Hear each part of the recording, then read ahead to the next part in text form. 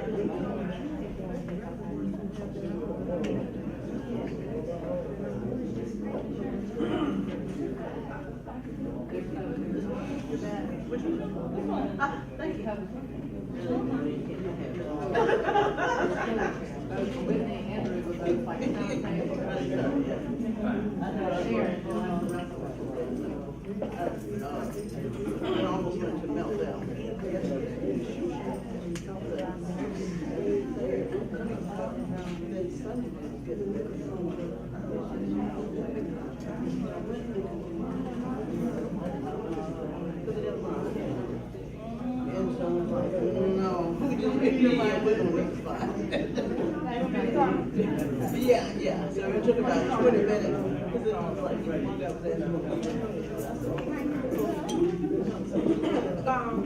want me to come? So I can literally, me walking with them.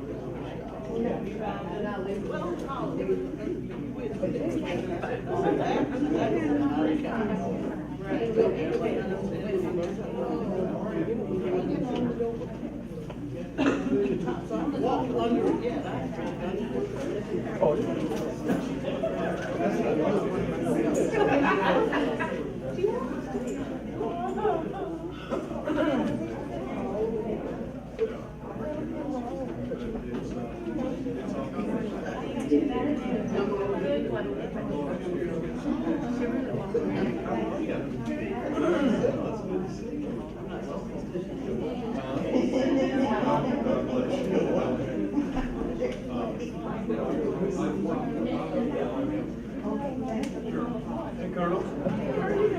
Not necessarily helping me, but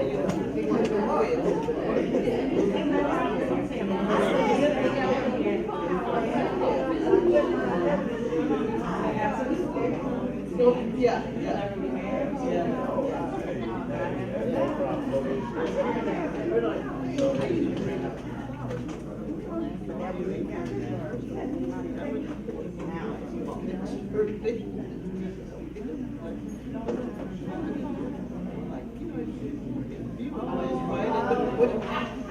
Put them across.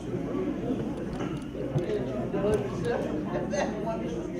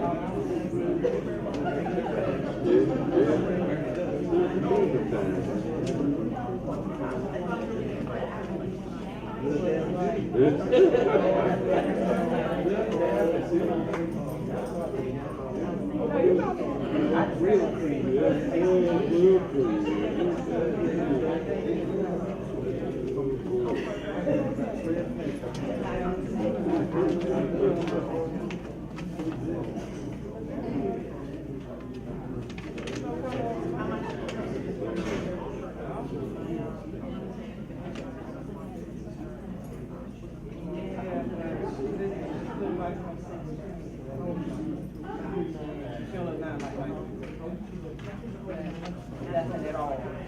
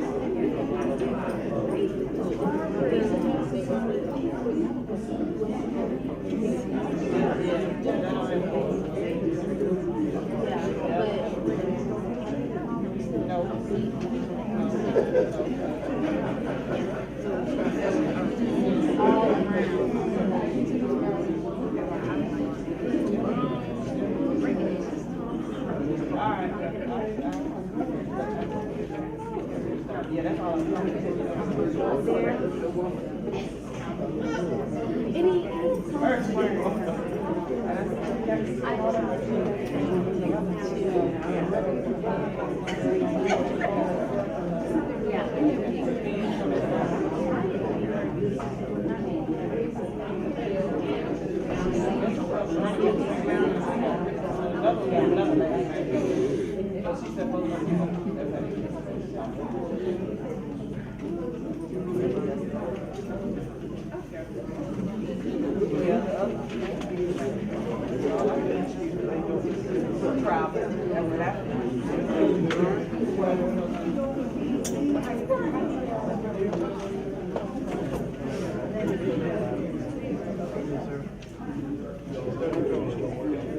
Still working, so I graded everything.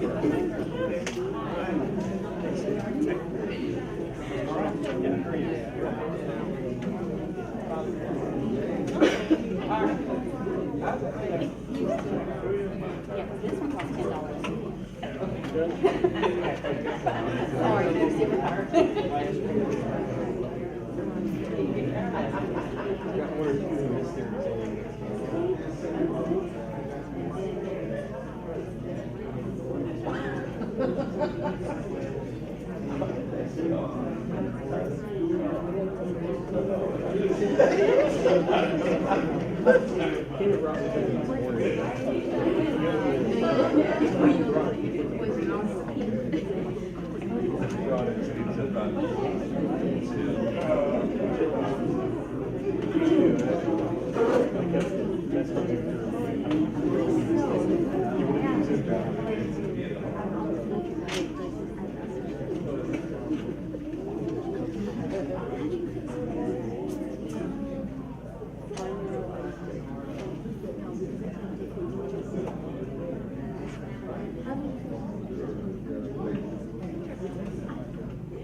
Y'all stand one more day.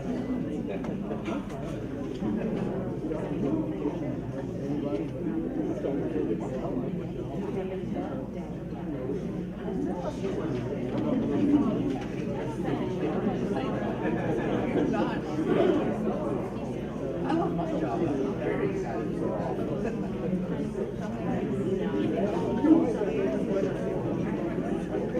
I graded it yesterday, I was just like,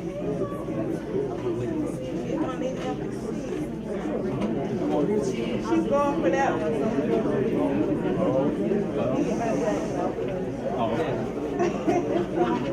no problem at all.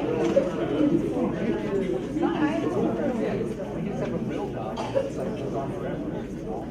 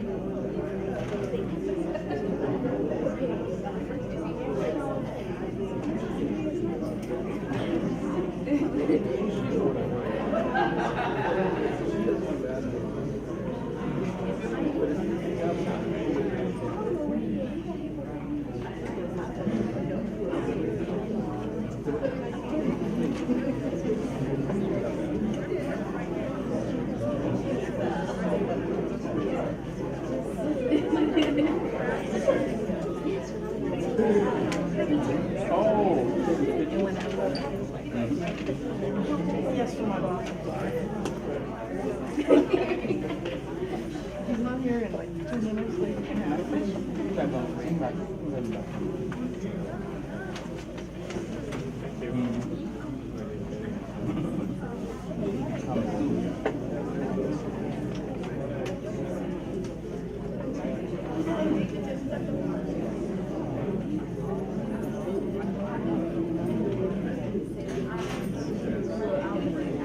I had to find something else.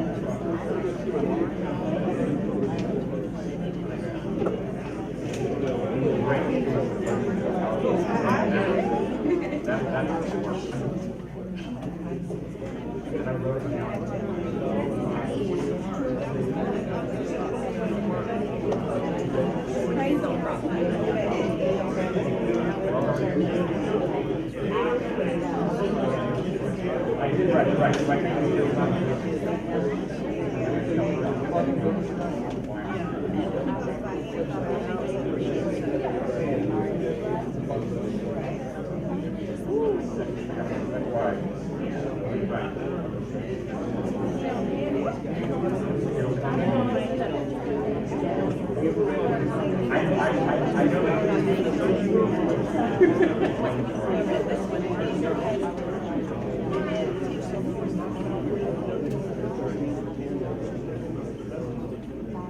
should like.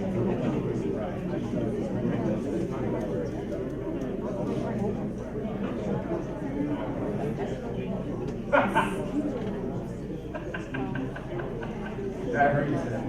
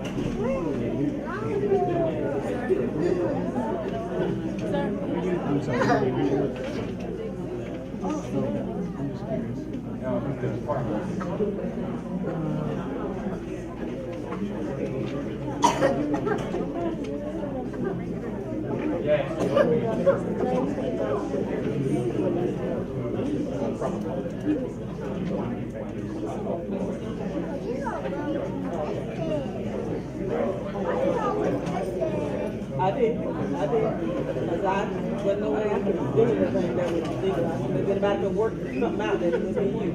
I did.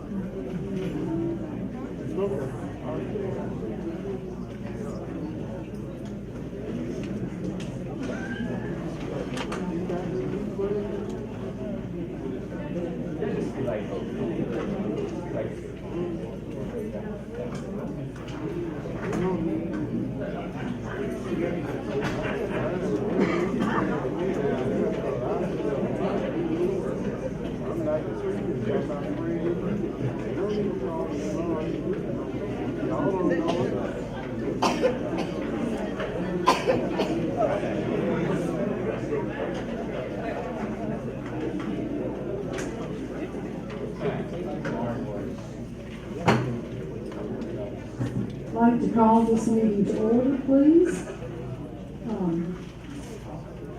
I'd like to invite Pastor E. Baxter Morris to come and give an invocation, please.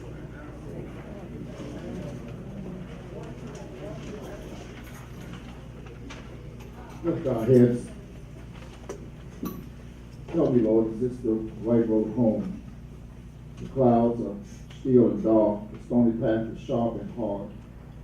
And each step seems to bring a fresher heel. I thought my way was right to grow, and the sun with the warmth would glow. A joyful song from glad hearts would flow. So tell me, is this really the right road home? Yes, child, this is the right road home, for the clouds were dark for me. The stony path that is sharp and hard, it's not sight with faith that can see that at the end the sun will shine bright, wherever where there is no night.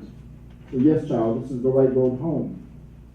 Lord, you've given us a heart to love, so teach us how to love. You've given a mind to think, so now give us wisdom, that we might teach those to alter their lives, so they might fulfill your promise and your desire in this world. Bless now this board, bless this city, and above all, Lord, bless us that we might become instruments of your will. For we ask for it in your Son's name. Amen. Amen. And if we could, please stand to do our Pledge of Allegiance.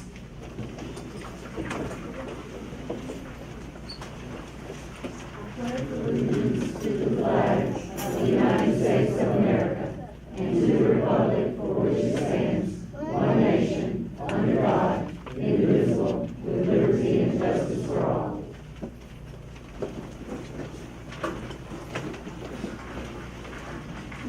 And I would like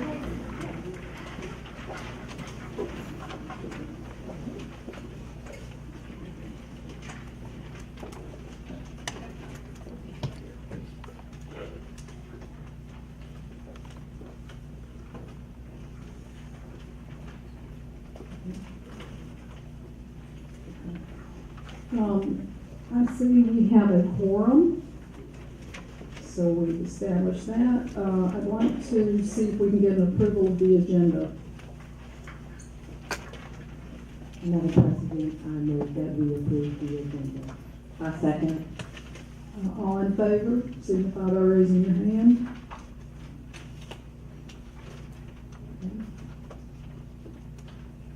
Okay, I'd like to call on Dr. William Millage, Principal of Fitzpatrick, to present.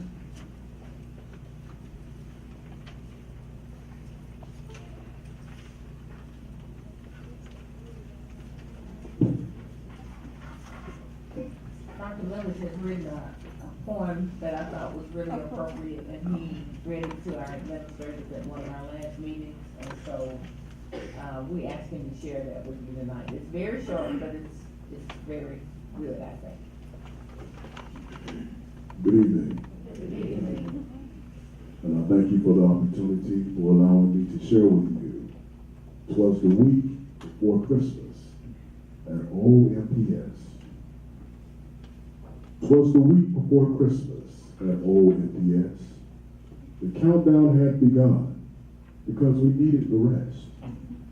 The teachers worked hard, telling students to be sweet, while principals observed and took pictures of the next school-wide tweet. The children were focused on Chromebooks and tests, and everyone was intent on doing their best. When suddenly I received a major detail that was encrypted in the Friday's packet sent from Tom Salter's email. The message was brief, but it was a big deal. It was from Dr. Ann Roy Moore, and it was heartfelt and real. MPS moving forward were the words that were used. And believe me when I say that this was good news. The hard work will continue. The expectations are grand. Can we move MPS forward? Well, of course we can. On the news, Dr. Mackey said, the MPS ship has been turned around. I feel accreditation won't be lost. Now, how does that sound? Such positive moves and statements. Now, that's the perfect seasonal gift. A feeling of joy, pride, respect, and much needed uplift. So go forth, MPS, and continue to say, MPS is moving forward, and have a happy holiday.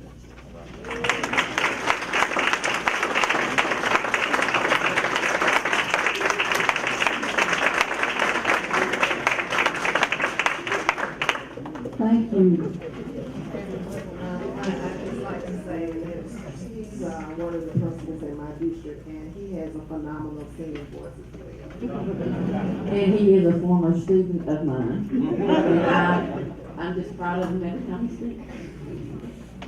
Okay, Mr. Thomas Alter has some recognitions. Well, I know him. And I wish I had his voice. All right, very good. All right, well, thank you all for being here tonight. This evening, we're going to recognize some folks, including our first group is a group of students who made a name for themselves at a recent festival with the Robert E. Lee High School Theater Club. Please join us.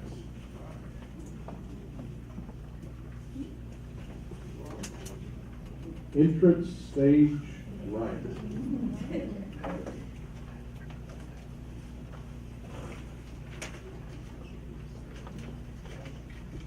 Led by theater teacher Jasmine McCorvey. This group racked up several first, second, and third place finishes at the Southeast Alabama Community Theater Cultural Arts Festival in Dothan.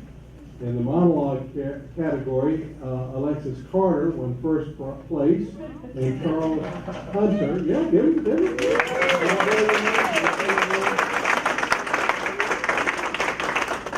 And Charles Hunter won second place. In the dialogue, yeah, go ahead, go for it. Actors applause. Amaya Steele and Isaiah Thompson won second place. Joey Bell and Jalen Sawyer won third place. And finally, overachiever Charles Hunter also won first place in the Southeastern Theater Conference category. You know, actors love standing ovation.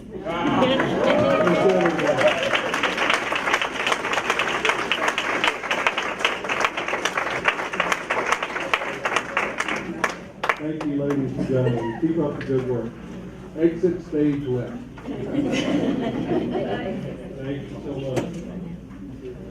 Next up, we have our Employees of the Month. As you might already know, each month we celebrate 2 exemplary employees, one certificated and one support personnel.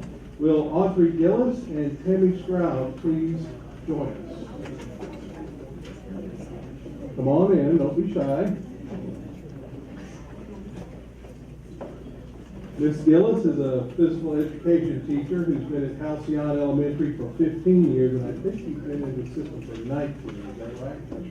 She supports the school mission by encouraging all students to be leaders. She's a typical MPS overachiever. She's on the building leadership team, the PBIS team, the school safety and security team, and most mornings you can find her welcoming students and parents in the car line, even if it's raining and cold. Ms. Gillis is an example of a teacher with a caring spirit and a loving heart who gives her all and supports all who are around her every day. Let's give her a great big round of applause.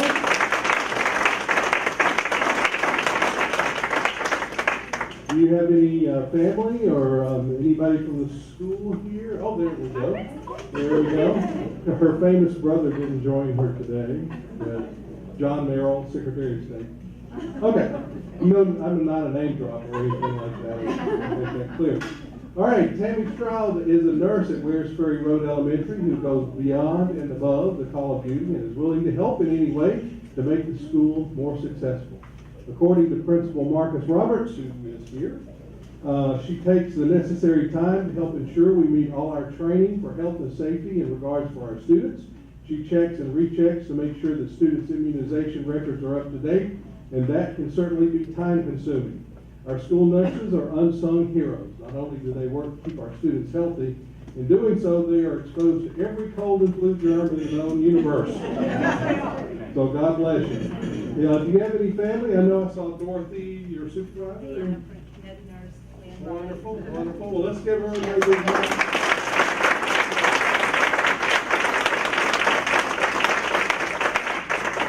And in addition to the certificates suitable for framing, I not only look like Santa Claus, I'm bringing a little Santa, a little $25 gift card.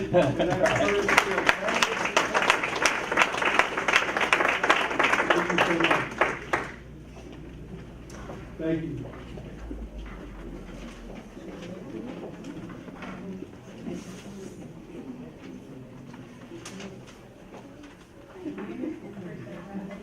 Always good to hear good news.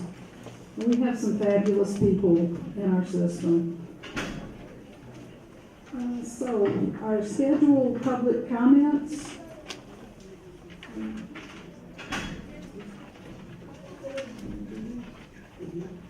Okay, so there are some rules and procedures for public participation in board meetings. Public comments. Requests must be made in advance in writing to the superintendent's office by 4:30 p.m. on the Tuesday preceding the meeting date. Requests must have specified the nature of the business to be taken up with the board and the name of the person who will address the board to be added to the agenda. Communications must be respectful. Discussing specific student or employee matters will not be allowed. Individuals who have concerns that are inappropriate to be solved in this venue are welcome to seek a problem-solving meeting with the superintendent. Immediate feedback by the board may not be provided. However, you may be contacted for follow-up by the superintendent or designee.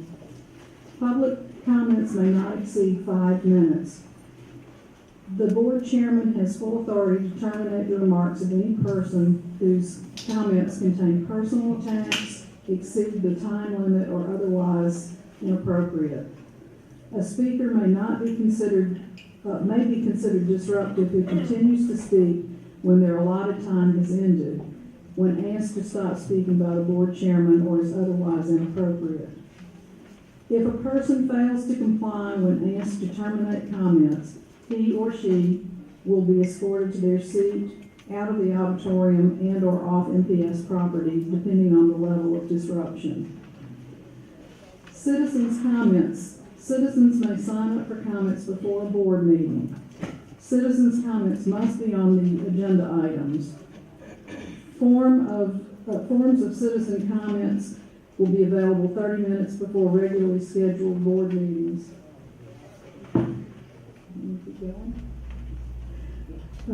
Agenda topics to be addressed must be identified in the form in order to speak.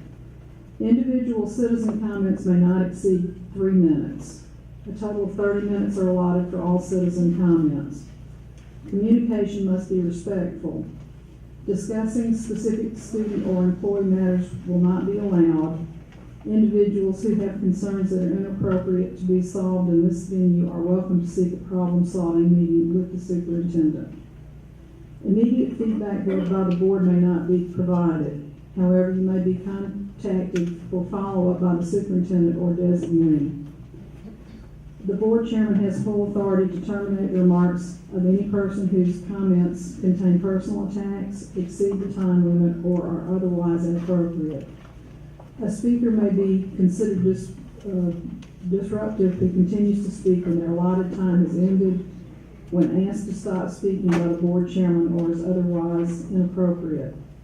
If a person fails to comply when asked to terminate comments, she will be escorted to their seat, out of the auditorium, and or off MPS property, depending on the level of disruption. So I've covered this twice. Apologies, my first real day on the job here, I think. The board reserves the right to remove all disruptive visitors from meetings. A copy of the procedures for the Montgomery County Board of Education is available online at www.mps.k12.al.us. And thank you for participating in our meeting. So, our first scheduled public comments, Ms. K.T. Brown, our children.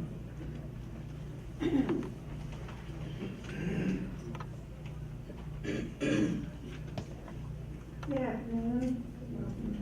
I came and I looked in the paper and I saw schools in dire need of repairs and I saw what you were doing and I was thinking on the fix for everything that you've done with the principals and with the schools. in order to get some of these things done. I come before you tonight to express a thanks to you, but I also came with some other comments that were on my answering machine about some things that you need to do. So I'm gonna deal with you and deal with both of them, but I wanted to thank you because you've answered some of the parents and teachers and students' prayers according to the student life, because we are losing them every day.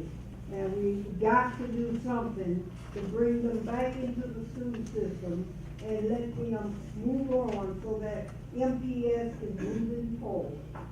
Now, future policies, you need to go back and study those future policies so that they are conducive to the students wanting to remain in school. You've got to review those policies because you're not enforcing those policies. You're using bias in some of your situations according to who you like and who you don't like. You're not applying the rules equally to all of the employees of the system. And this we must have. And as I tell the ones in the community, this we will have. And I'm looking forward to some of the things that I've heard that you've talked about, bringing forth new policies, in addition to some of the older policies, and your interviewing. Are you really interviewing the candidates that you're hiring? Interview them. We're having too many problems with your employees doing things that they don't need to be doing. And they need to know, if I do this, some consequence will be applied to me according to the misdeed that has been completed. And they asked me to ask you this. You're talking about money. Take the money that you are receiving and put some of it on the traditional school so that we can erase some of the problems that we are having. Leave your biases at home. We don't want teachers in the classroom that has a bias according to race, gender, or anything else. We want them to see the student and deal with the student. We want you to turn the counselors loose so that they can work with the children. When I go into a school and the children do not even know the counselor's name, that's different. But you've got to turn them loose. You give them too much paperwork, too many other jobs. You need counselors for those students who are coming from Head Start. You need counselors for those students who are going into the 6th grade into middle school. You need counselors for those students who are going into senior high school from middle school. You need to release the counselors to do jobs that they were hired to do. And they want you to make sure that check your sports people according to what's happening to some of the coaches at the school. Check them and see, do they have biases? And then come back to the school and we can move forward. Thank you. Thank you. Right on time. Thank you, Ms. Brown. We have Mr. Ricky Lee.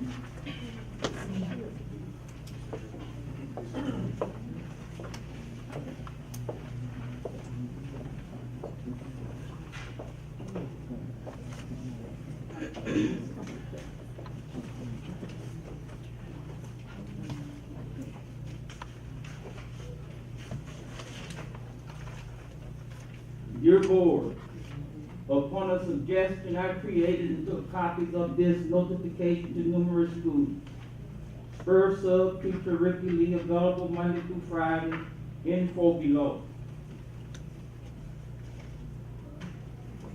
I was going from school to school, but I had to hurry. The schools were beginning to close for the day. Sadly, I heard walkie-talkie communication between bus drivers and office personnel at 2 high schools and 1 middle school.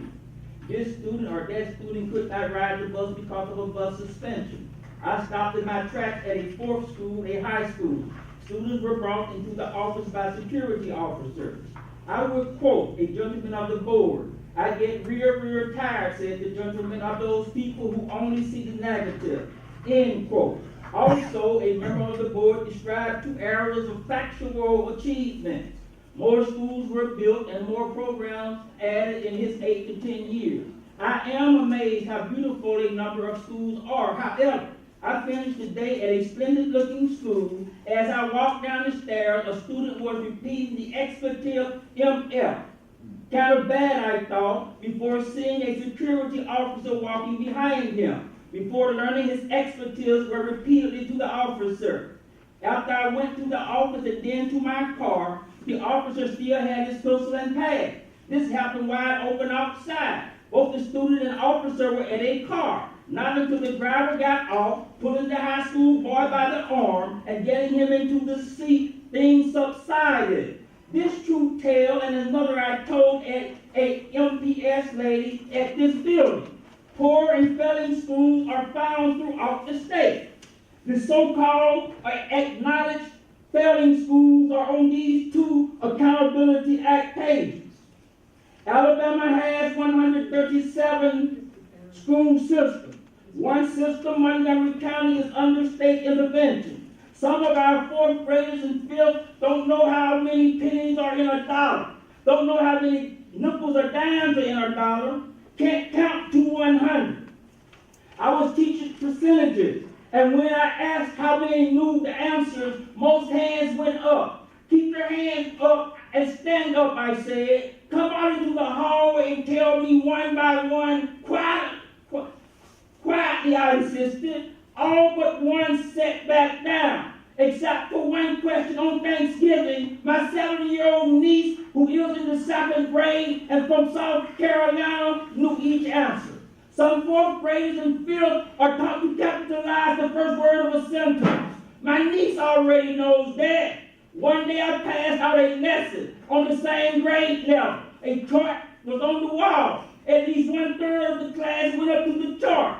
Arabic numbers, 1, 2, 3, 4, etc. were on their assignment. They had to spell out the words O-N-E for 1, T-W-O for 2, T-H-R-E-E for 3, F-O-U-R for 4, etc. But they couldn't whip out the chart. Easily walk into the room, you will see the chart. Elsewhere, sadly, children could not solve math word problems in textbooks. Instead of when multiplying left to right and using the X symbol, solving an equation, some wrote out the word T-I-M-E-S for the X symbol. In a large number of middle schools and high in Montgomery County, some students don't turn in any lesson, in any subject, at the end of the period. I rate schools at the end of the day on my Spur app. I never give any school 1 star, which is an F on a 5-star scale. That would be unfair to other classes. Frankly, I have had excellent classes. Upon that board, new board, you may not, or you may want to make a reply. I'd like to reply, Madam President. I want to thank both of the speakers for coming in, because it takes a lot for people to come in and speak some of the things that are actually happening out there. I enjoy Ms. Brown. Every time she comes in, I know this is your 2nd time, and I do appreciate exactly some of the things that you're saying, and I hope that with this new board, we can look into some of the matters. But thank you so much for standing up there. Yes, ma'am. And thank you, board. Thank you, superintendent. Thank you very much. Thank you. Thank you, Mr. Lee. Under citizens' comments, and I have read the disclosure, Dan Lewis. Dan Lewis in the house. I'm here. I don't have a comment. I'm here for another purpose. And it surprised me, him and Hank called me on the program. I'm here to receive a bond from our neighborhood, and that's why I'm here. I have no comments to make. Thank you. Madam Chairman, did we skip Lisa Hill? She's not, she called it, emailed it. Pamela West.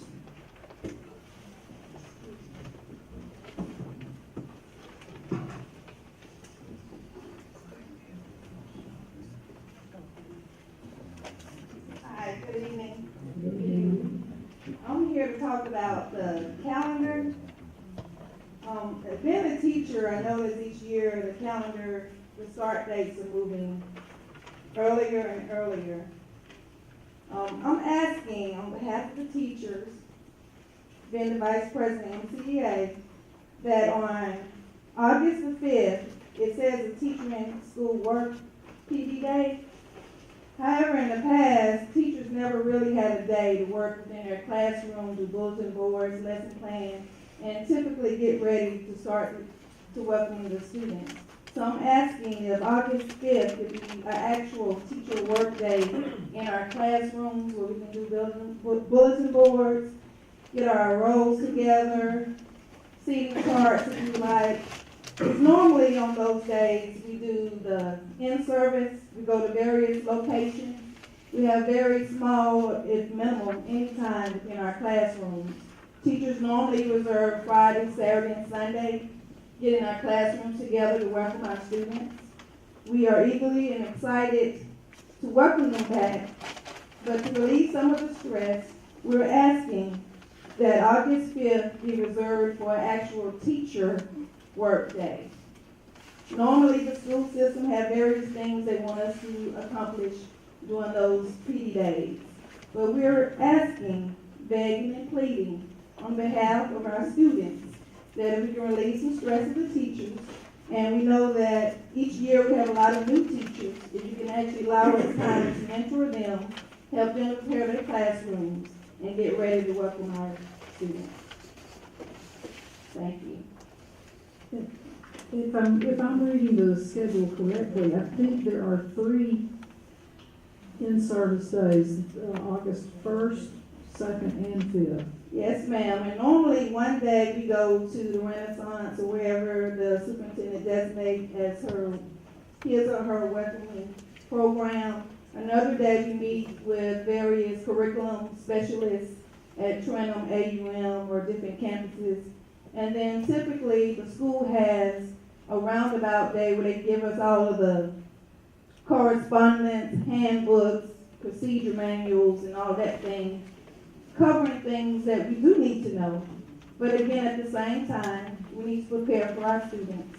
We want them to feel welcome, we want to be organized, be able to get a good night's sleep, and not working on Friday night, Saturday night, Sunday night, preparing our classrooms. Okay, so, I work with Mrs. Salter on the calendar for this year. Yes, ma'am. As you probably already know, the institute is required by law that we do that at the beginning of every school year, so that's a requirement that we have to do. We will work with the principals to make sure that you do have a day to work in your classroom. That is, sometimes it's a half day here and a half day there if you're required to be somewhere for a half day. But you should have a total of a full day for working in your classroom, and that is what we try to incorporate in this calendar. But we will make sure that principals understand that you do need time to work in your classroom to get them prepared. Okay. Okay. Will that be sent in writing then? I will send it to the principals in writing. Okay. I typically will send it, if I say it and I want it done, I will send it in writing to her. Okay, thank you. Thank you very much. Next, I would like to call on Ann Sykes with Montgomery Education Foundation.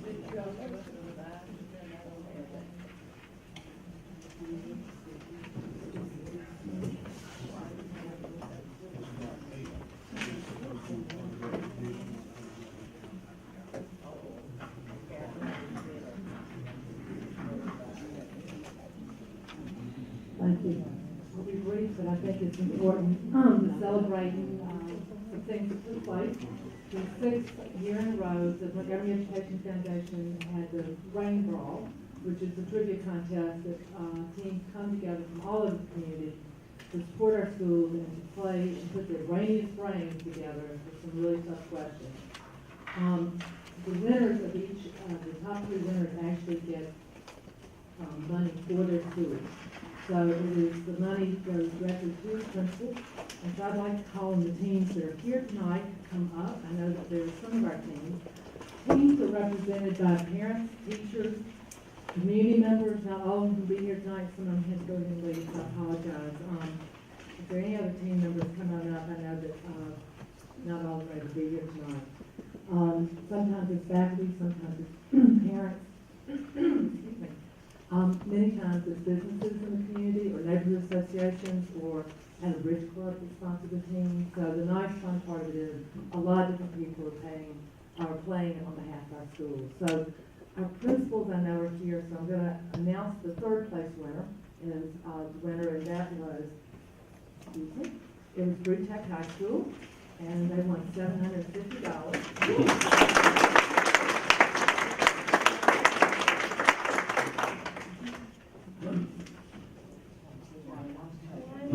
Y'all want to be there for it. And our 2nd place winner was Smarter Than the Average Bear. I know we have a team member here, and Brazil is here. And the Smarter Than the Average Bear team won $1,000, and we have a check here.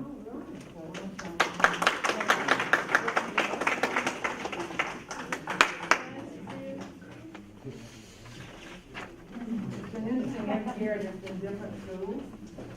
We've had few repeats, so I believe this is one. Our 1st place team member, and I think it was especially wonderful this year, was BTW High School. And I wanted to say one quick thing. I know Ms. Starks, Dr. Starks was here, she may have had to leave. Thank you. Come on up. And I think so many of y'all know this. Y'all know already know this. Our principals and our teachers do so much that the public never gets to hear about. And one of the reasons that I know Dr. Starks is not able to join us right now is she's helping take care of a family of a student. And the whole team at that school is bonded together to help make sure that student gets to and from school with a family emergency or I think illness that's going on. So our teachers do so much, and so it just makes me so happy to present not only to these 3 schools, but also to acknowledge the work that all of our teachers and our principals do every day. I wish we had checked for every school. But BTW won the 1st place. So y'all, not only do y'all get $1,500, but y'all also won the drawing, which was a random drawing we added this year. We wanted to get the full money up close to $4,000 to right under it. Nobody had to answer a single hard question to win this. And the ticket drawing was someone that was drawing for y'all, and so they donated that money to y'all. It was. They all got extra tickets, so it was a random drawing. So all of your checks are in this envelope, and here's your additional $500. So, I you guys hold that together.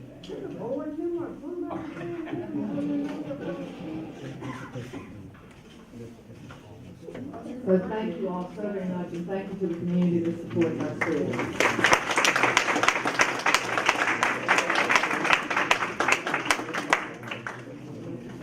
And just a side note, if you've never been to the Brain Brawl, the questions, I couldn't answer them. You need a variety of people to answer these questions. It's a lot of fun. Okay, we are on our agenda to receive information. We'll start with Mrs. Sharon Rose with the raspberry pie. Thank you. I will not keep you long. Simply want to take the opportunity to actually introduce Ms. Cherie Stokes, who works with the Chamber as Executive Director of Tech MGM.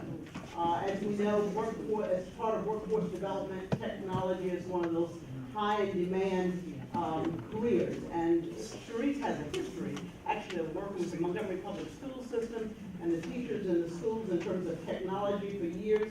She has led the effort through the Air Force Information Technology Conference with Educational Day with the IT camps that have occurred, and just recently with the Raspberry Pi Jam, or Raspberry Jam. Again, it's technology. And Sharice, if you will, come and share with them. Thank you. Good evening. On the 7th of December, we had an opportunity to have our first annual Tech MGM Raspberry Jam. And for those of you that are not familiar, a Raspberry Pi is actually a mini computer. So what we did was we actually donated Raspberry Pis to the high schools. We had 8 high schools to participate. 4 of those high schools were from Montgomery Public Schools. Of those 4, 2 of those schools actually placed 2nd and 3rd in that competition. So now they actually will receive 10 Raspberry Pis that will go to their school that they can actually use and develop other technology with. So we wanted to recognize those individuals tonight that came in 2nd and 3rd place. And in 2nd place, in 3rd place was Park Crossing. Ms. Smith, she actually had 5 students that were juniors and seniors that participated in the event. And they came in 3rd place, and they received 5 additional Raspberry Pis that will go into the school system. Oh, nice.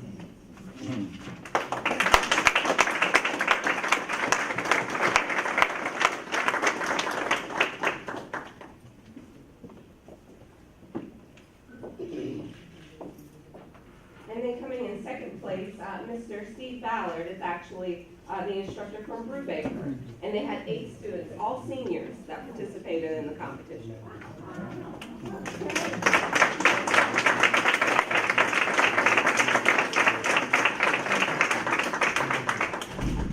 Let them slide in. You got time to go in, don't stand up.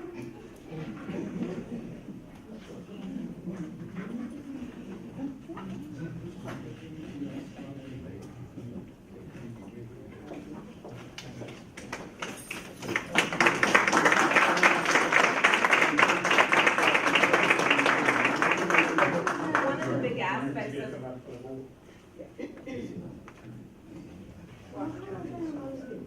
You want them to come out front so they get one picture of all of them.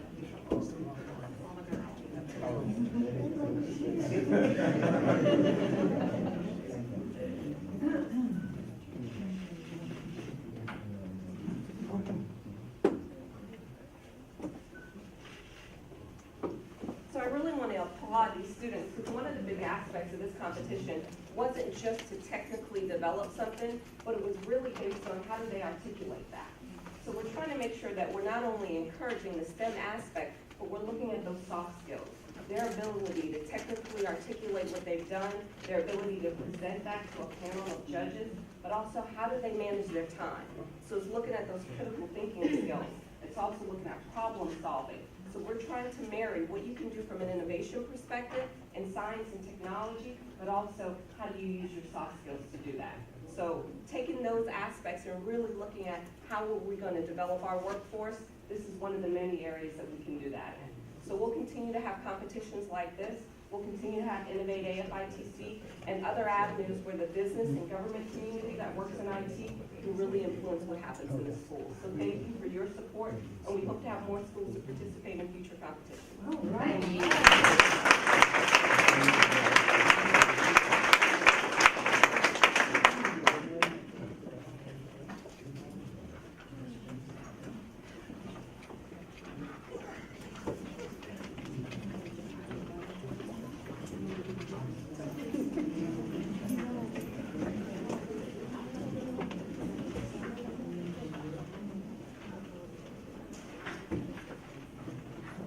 An advance ad update for Mr. Roller, please.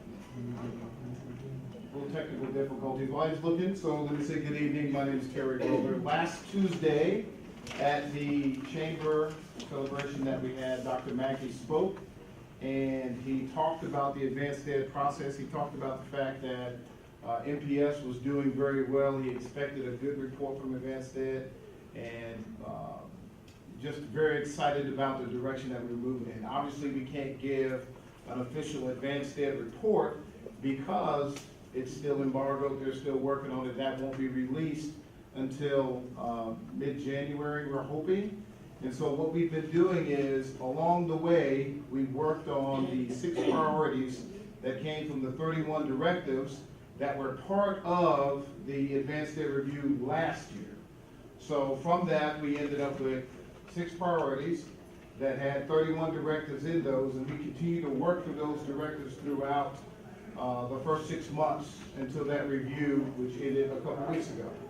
So as we are awaiting the report to come back from advanced ed, our plan here at MPS is to continue to focus on those directives.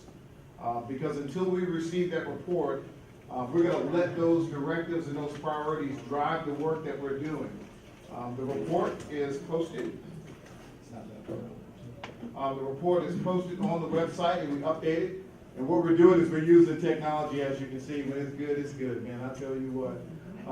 And so what we do is we update and post this running document on the website, where we keep it in our shared drive. And so as we're working on it, it populates the new content, and it pops up, and it can be accessed at any time until you can't access it. That's the way it works. But basically what I wanted to share with the board tonight was we're continuing to work on our priorities. Probably the most talked about items that we saw during the accreditation process was the leadership connecting with the faculty and staff and the principals, trying to support them in what they're doing. Madam Chairman, one of the things that was outstanding that we saw that came back from the report was the fact that financially we're making decisions that are fiscally sound and in the best interest of students. And we're going to continue to deliver these directives and these updates. We're going to do one in January, and we're going to do one in February while we are waiting the official advanced ed report. And then we'll keep those posted, Madam Chairman, and we're going to continue to update that until we get another directive from advanced ed, because the plan has been that we do this special monitoring review now, and then we go into full engagement review by May of 2019. So as we are awaiting the results from the advanced ed report, we're going to continue to work in that manner and work on that timeline that they gave us. So we will be presenting what we're doing instructionally and financially and with personnel and all of those things. We'll present that in January and February. And so I just wanted to kind of give you a summary that we will continue to do this. I had a couple highlighted spots that we can't find to show you, but we'll get the updated version posted on the webpage. Madam Chairman. Thank you. Are we taking any questions? Mr. Rowland? Yes, you may open. Yes. Okay. One of the things was, and I don't know which priority you were looking at. Okay. What was it? Was it 3? So, I was gonna update some financial things that we've done, there's some property sales that we've done that were already on the, table previously that Dr. Moore closed out and deposited those funds into our, general fund. And, just kind of, show you some of the things that we were doing financially, since that was one of the big areas that we were most excited about during advanced ed. And then the other one was general administration. Well, there's some teaching and learning things that I was gonna highlight as well. Okay, I had a quick, I was having some concerns from a few people that are out in the trenches. Okay. And one of the things that they wanted was some consistency, and I'm trying to remember how it was stated to me. Let me see, I may have written it down. But it went something along the lines of,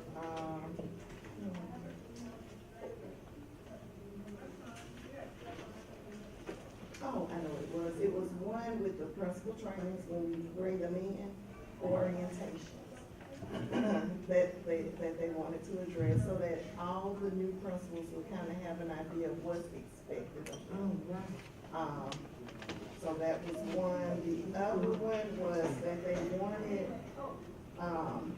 things to be consistent and the standards to be set from every school, whether you're traditional or magnet. They saw some variation there. And so they wanted more consistency with that. And they wanted more visits in their schools. Those were three things, that's just off the top of my head. I wrote the notes, I must have written it on another sheet of paper. But that was some of the things. The other thing, administrative-wise, is an organizational chart. We've not seen one as of yet. And so we just want to know what's the structure of MPS now? I know Dr. Mackey's here. We had about 6 of them or more. And so what's the final organizational chart so that we'll know how things are structured in MPS? And forgive me, I gotta go to my notes.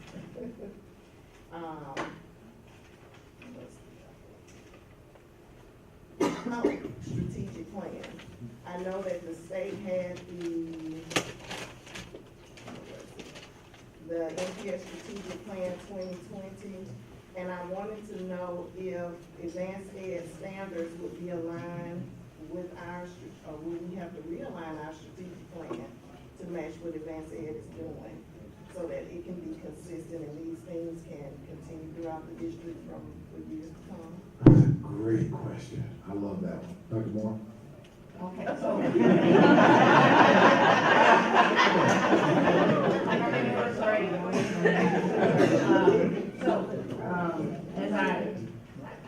As I listen to you, I think that there's a time when principals, as I go back with the orientation happens, and principals are some of them have an administrative retreat and some other things where information is shared with all of the principals about how things work. So that, if I'm not mistaken, Ms. Pitts, that happened this past year, an administrative 2 or 3 days of sharing information with principals. And they get things in writing also, especially the new ones. They get information about who to call if you need information and who's responsible for what. I know that they got it this year because I asked them to be sent out under Ms. Pitts, but with the name of the people that you contact for those kinds of information. And number 2, the strategic plan. I've worked with the group to update the strategic plan. That's on the agenda to be listed and brought to you in January. The other issue of the organizational chart has been revised, and that is also on Leslie's list. She has a yellow sticky on her computer of all the things that we're going to put on the agenda for January. So that will be brought to you also. As much as possible, we're trying to align as many of those things with advanced ed priorities, directives, just the things that we're supposed to do over the course of the next 5 years, so that we are in line with following the tenets of advanced ed, so that we're not sort of hodgepodge doing things in all kinds of ways. And so that, to me as a superintendent, that's one of my goals, to bring everything into an arena where it all makes sense, and it's not just, we're doing it, but it's not dovetailing, so we're trying to make that happen. And the other thing that you didn't ask about that is also going to be on the January agenda is the superintendent's evaluation instrument and how that is carried out by the board and the responsibility of the superintendent and the board as it relates to the superintendent's evaluation. So those 3 major things will be on the January work session. And you mentioned about the visits to that central staff being in the buildings. I just want to remind the board and Madam Chairman, as you guys are transitioning on, I think we did a report, help me, Dr. Nettles, Ms. Pitts, I think we did 1,000 Elliots, which were the classroom observations. So we had teams in the buildings in the fall, and I think we completed 1,000. Yes. Let me ask, will it be, I know we have a scheduled work session, will we be, could we take a look at the Elliott to see what you all are noticing out when you go out on the visits? And another thing is, in our work session, if we could have as we're planning, because I'm sure eventually we'll start with the strategic plan and the board will be included. So is there a start date for us when that's gonna happen roughly? You'll get the draft of, what the committee has put together. And then we'll walk you through that, and if there are any, areas that you want to, revise, add to, change in any way, then at that point, you will be able to do that. But we're trying to very thoroughly cover it, because a lot of it has to do with student performance, some of the trainings that we do, it's a myriad of about 5 goals and objectives. We had, I think this young lady from the military was on our committee, and so we had people from the housing authority and other people who looked at it. What we tried to do was revise, not the one that was on the website, but another one that was done. And then we had, central office people, people from some of the schools who were also on the committee. So as we get the draft finished up, we're about finished with it, we'll bring it to the board for a work session so that you'll have an opportunity to look at it and give us feedback. You'll get it in advance of the meeting, so that if you have questions or comments, you're not be perfectly, able to make those comments and suggestions. And then at some point, once we clean it up the way we want it, then the board gets to vote on it and approve it as a document.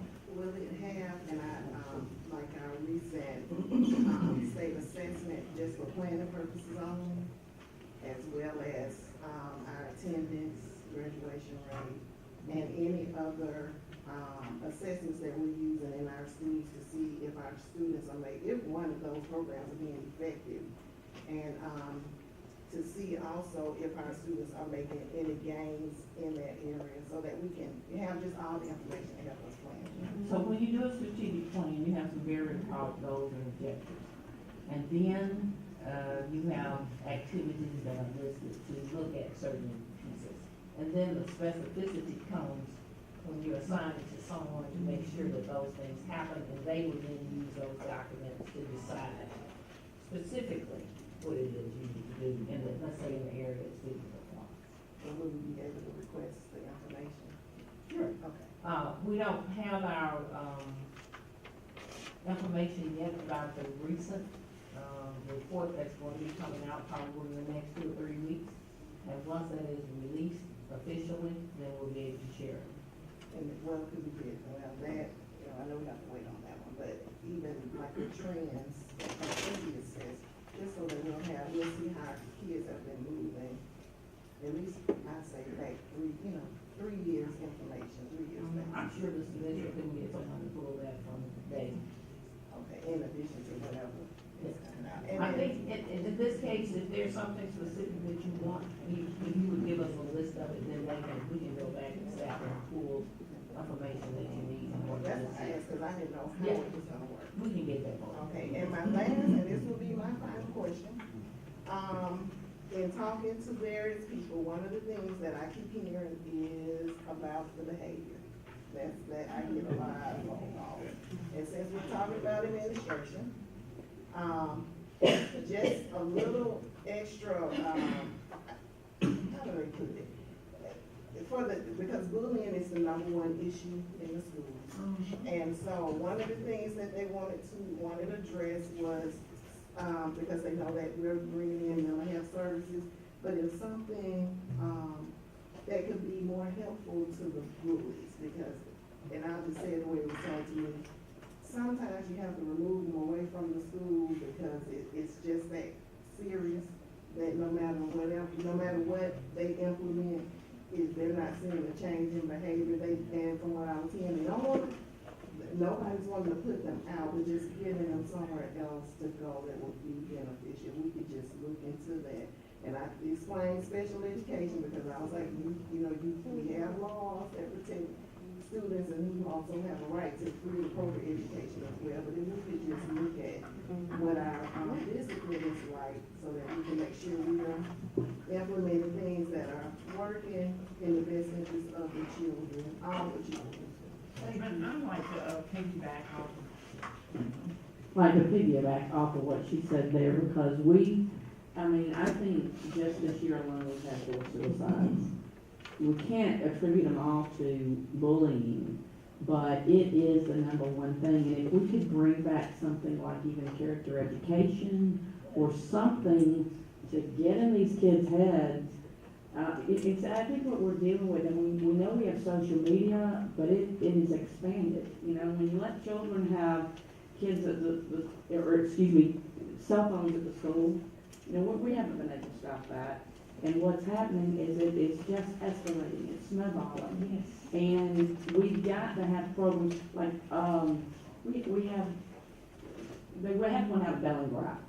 And I think what they had out of Bellingraph, we need to have in every school. We've got to have, I don't know where we're gonna get the money, but just programs where they could all sit in an auditorium and just be introduced to it. Because I'll be honest with you, some of these kids, now I'm teaching 6th grade right now, and I'm feel bullied. Okay, I don't even think some of them realize they're bullying. I will mispronounce a name, and it's you got it wrong. And so many kids, they leave the home with problems, and then they come into school, and it compounds itself. And what Erica is saying, she's spot on, that we've got to do something about that. Be it another school, be it character education, something. I think this board needs to sit down and say, hey, we got to do something about it. So I don't want to put Dr. Williams on the spot, but because I know there are a lot of things that we've done this year, agencies that we brought in this school year. Dr. Williamson, could you just give them a brief sort of summary of the kinds of services that we've started to offer? Yes, ma'am. So over this year, with the things that have been occurring across the district, we have worked with Montgomery area mental health to expand our school-based mental health support within the district. We've added 2 schools already for this month, and we're working with Montgomery area mental health so that we can make that support more widely available across the district. We are also working with the Family Sunshine Center.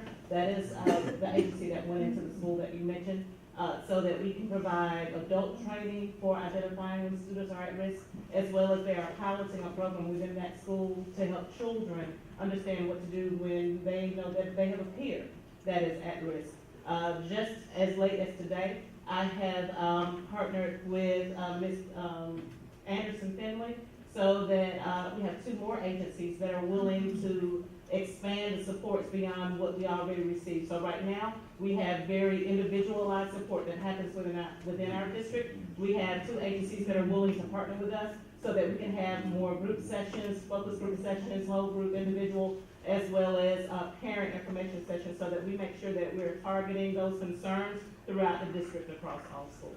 And I want to add this, I think, and I promise you I'm not being personal, I'm just giving an example. I know I sent an email, we'll talk about the email to you this week on bullying. We've got parents, and we've got to have the parents educated, because the ones I was dealing with do not speak English.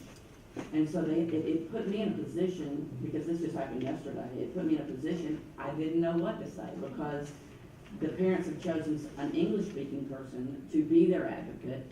They're calling the school, and I didn't give an answer because, and I hate to pass the buck, but these parents need help. They want to talk, and I've sent an email, and I'm hoping that I'm sure it will be addressed. You've addressed everything I've had, and I'm pleased with that, but parents really don't know where to go for answers and help, and it just needs to be across the board. No, I want to add something without getting into further in some of those issues. But a number of the issues that come to our attention at the school that we have to deal with actually involve students who are already under some agency. We may or may not be aware of it until something happens. And luckily from the parents, when we deal with it at school, because most of this stuff, the really serious stuff originates at home, and then I don't know if the students feel that school is a safe place to go, and so when they come to school, they know if something pops up that there's somebody there who's going to try to help them, because in a number of cases, we found that many of these students have origins with their issues at home and not at school. So when they come to school, of course, we have to deal with it. But we do have an area specialist who is able to when we know about it, we get her involved, and she can translate and help out also at the school level with parents in most of our cases who are, students who speak Spanish, or their parents are Hispanic, and so they don't, speak well. So, because the question of counselors keeps coming up, have we, made any efforts with our counselors to do some additional work with them this year in response to some of the things that we know have popped up? Yes, ma'am. Please We have, elaborate on that. yes, ma'am. We have the Family Social Center that will provide a very targeted training for our counselors in identifying when children are at risk, expanding what we do on the prevention side, as well as what we do on the post-prevention side after an event occurs within a school. I have also been working with Dr. Banks to identify and strengthen what happens with that needs assessment within each school. That counselor takes the lead in that process, and us being able to embed, just as you had mentioned about like character ed and all of those things, it happens pretty solidly at an elementary level, not as much in a secondary level. So I am working with Dr. Banks, who is over counseling for our district, so that we can embed some of the coping strategies and the things that we know work with kids to help alleviate some of the issues that we've seen come up this year. So would you be, I know I sent the email to you, would you, if a parent calls me, you would be the contact person? Would that be email? I'll get it to her. Okay. And the reason for my asking is because I wanted it on the record of what's out there and what we are doing to help with that situation. We are doing, I would say, a massive amount of additional work, especially this year, because the issues that have popped up are not usual. They're very unusual, and it is a whole lot more than any school district, I think, during this time frame has had to deal with. We've had to deal with a lot of additional things, but we've reached out to community organizations. They've actually reached out to us and said, you know, we can give you some additional help, and so we're trying to take advantage of everything that's out there.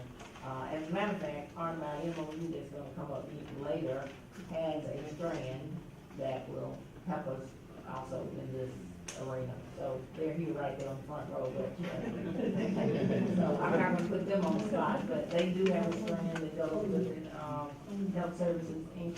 It's something that we're gonna be doing in partnership with them, but that also is gonna be a piece of what they can do for us.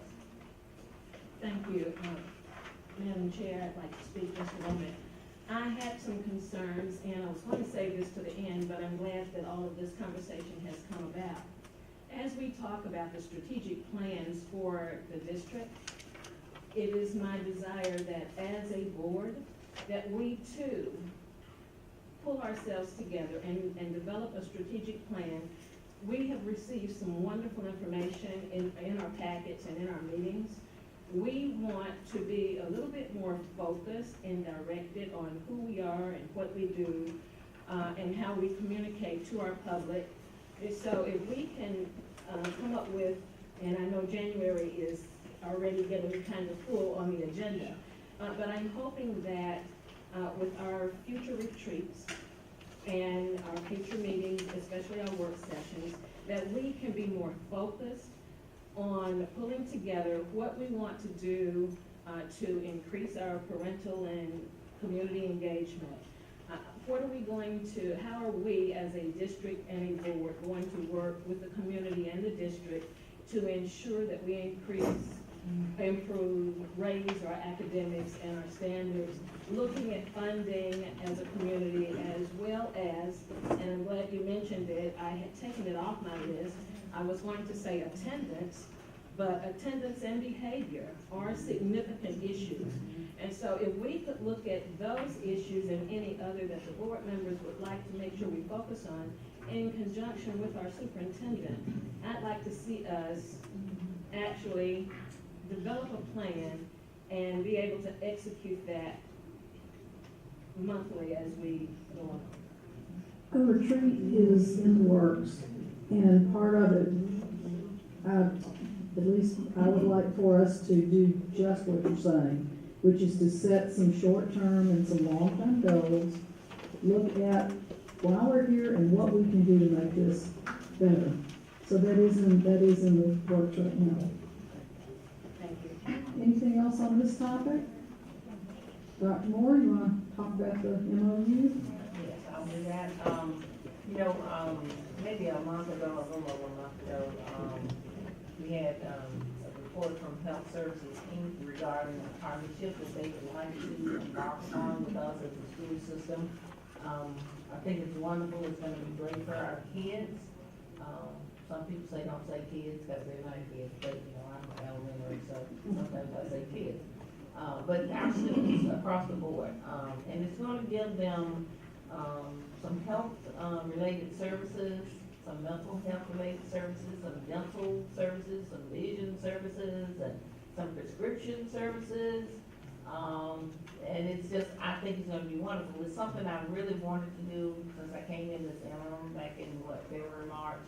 That was one of the things I thought Montgomery could really, benefit from, because I know it helps kids stay in school. When they're sick, they don't have to go home and stay 5 or 6 days. I'll go to the emergency room for services, and they can come back the next day instead of staying out 5 days. Or maybe, in this case, a nurse practitioner is gonna be there and can write a prescription if need be. And they have services where the prescription can be filled in their pharmacy. It's, they wanna wait maybe a few hours to get it on the next morning. So, it will benefit our students across the board. Some of our employees, I think, will be able to benefit from this service. And so across the board, it's gonna be great. We've looked at the legal ramifications from both sides. The attorney from Health Services and Marvin from our, department, procurement, has looked at it, and we vetted it with legal to make sure that we're not caught up in something that would be a problem for us or them. So we feel like it's a good thing. Our head nurse, Nurse Ross, will be involved in making sure that the paperwork that distinguishes the difference between a regular school clinic and this particular clinic will be the kind that works on both arenas. And so we think it'll be a good thing for our kids. I sent you a copy of the MOU. We worked through it, we changed some words around. We feel like legally, technically, that this MOU addresses our needs and protects all of us if we are able to embark on this endeavor. And so we do have it down there for a vote, and at some point, if you have questions about it, they're here from Health Services and can answer, or anything I can answer, they can answer. So we'll be happy to do that. Yes, ma'am. I just want to hear from the whole. This is Mel. I think we're all excited about this, but I just want to hear it from you so that if somebody asks me, I can go, hey, this is covered. I noticed on the dental, and that it covers cleanings and all that kind of stuff. Correct. But what if one of our kids has just, a horrendous, cavity or inflammation in his teeth or whatever? Will y'all fix that? Yeah, so I'm Gilbert Darrington, I'm the CEO of Health Services Incorporated, this is our team. But yes, so we have a full plethora of dentistry services. So some things we won't be able to do inside of the clinic, but we'll be able to refer to our pediatric location, which is the River Region Center on Jackson Hospital campus. So we have. So you're not filling cavities? We can at our main location, but not in the school-based clinic. But we will be able to refer them. You yes. will refer them over to where to go. Correct. I think we're all alike. Bottom line, they'll have access to some of your other facilities. They'll do as much as they can in the school, generally speaking. But if there's something that's more involved, they would have to refer them to another part of their services. Yeah, you like that?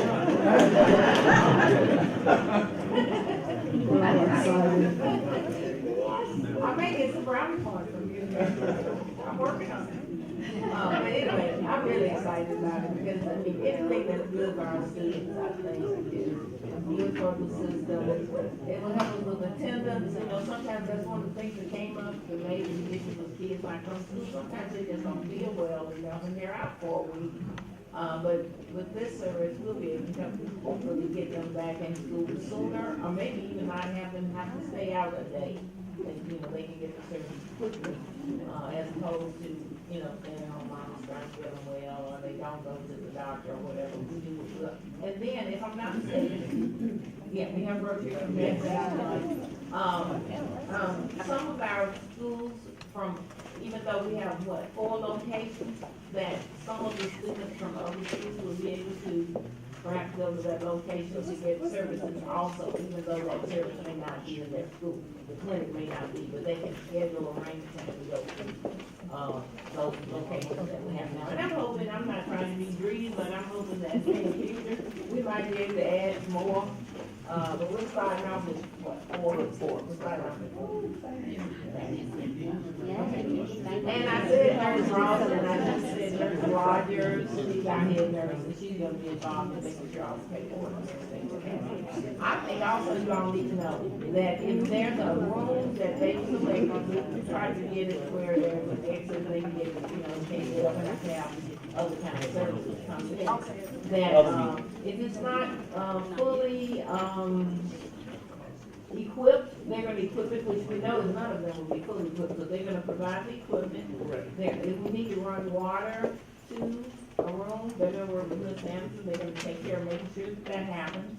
So, all of those things for getting the facility ready will be in the hands of, Health Services Inc. And so, it's really a major project and a service to our school district, and I'm just really pleased to be able to bring this to you.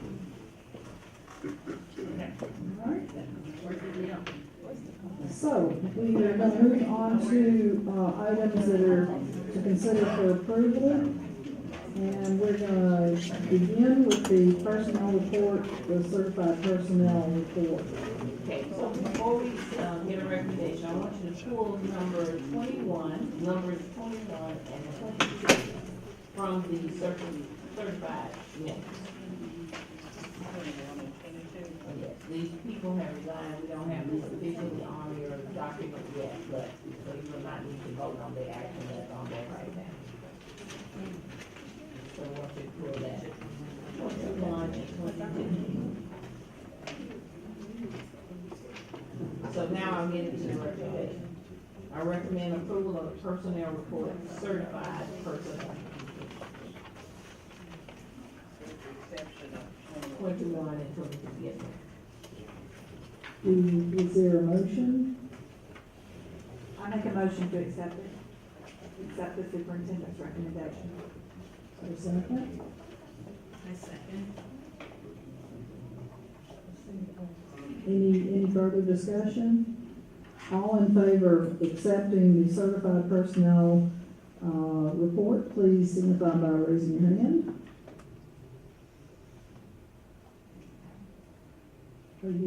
All opposed? Okay.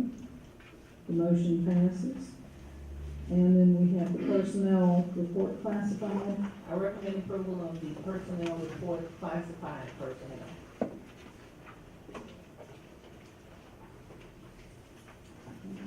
Do we have a motion? Madam President, I motion that we, accept the superintendent's recommendation. I second it. Any discussion? All in favor, please signify by a show of hands. Opposed? Okay, I recommend approval of the MSBOE policy revision, section 3, fiscal management.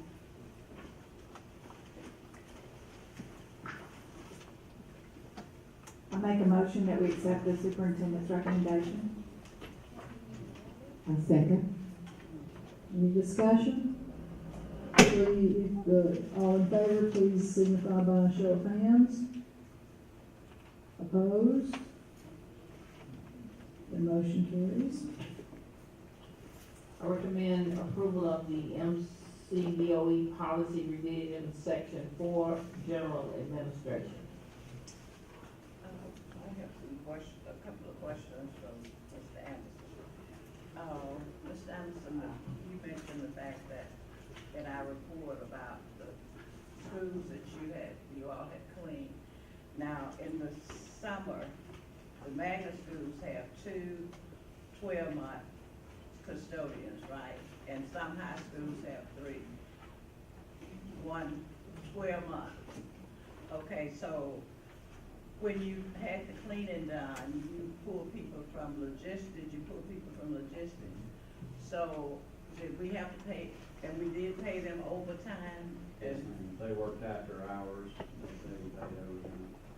Okay, so are we gonna continue to do that, or are we gonna use our 12-month employees to do it? And not have to pay that overtime because of the funds that are involved? You would still, at this point in the year, you'd still have to pay them overtime because they would be working beyond the scope of their hours during the day. Okay, so who's covering their logistics work while they are doing whatever you have them doing for, the high schools and middle schools? That's their job, is to be in the schools, the zone coordinators, checking the cleanliness of the schools and working on those. So they're not only going in and cleaning up the schools, they're also working on the schedules for those custodians in the schools to make sure they're being the most efficient in those times. We didn't discuss that when you did. Yes, ma'am. I just need a clarification. Yes, ma'am. Thank you for that. Yes, ma'am. I move that we accept the superintendent's recommendation for the MCBOE Policy Revision Section 4 General Administration. I second. Any further discussion? All in favor, please show by show of hands. And opposed? Thank you. I recommend approval of the 2019-2020 school calendar. I move that we accept the superintendent's recommendation for the 2019-2020 school calendar. Second.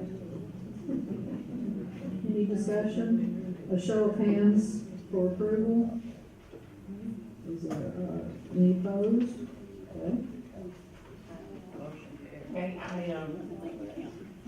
I recommend approval of board minutes, October 23rd, 2018, November 5, 2018, November 13, 2018, December 4, 2018 special call, December 4th, 2018 work session. I move that we accept the superintendent's recommendation for board minutes for October 23rd, 2018, November 5th, 2018, November 13th, 2018, December 4th, 2018 special call, December 4th, 2018 work session. I second Any discussion? I have a question. Do we always have this many minutes? Or No, is this just conception? I was just curious. No, well, no, ma'am. Leslie's new, so we're trying to play catch up. She's learning the job, and then she has to go back and look at tapes and pull all the minutes together. So we're gonna try to make sure that we have them a little bit more current than those we won't typically have that many. I'm just curious. No, you're right. That's a good question. We don't normally do that. Any other discussion? Please, show by hand, raise hands for approval. Opposed? Okay. And, so now I recommend approval of the MOU Health Services Inc. I move that we accept the superintendent's recommendation for MOU Health Services Inc. I second. Any discussion? Can we all say yay? If you'll show by show of hands. Okay, that's unanimous. I believe.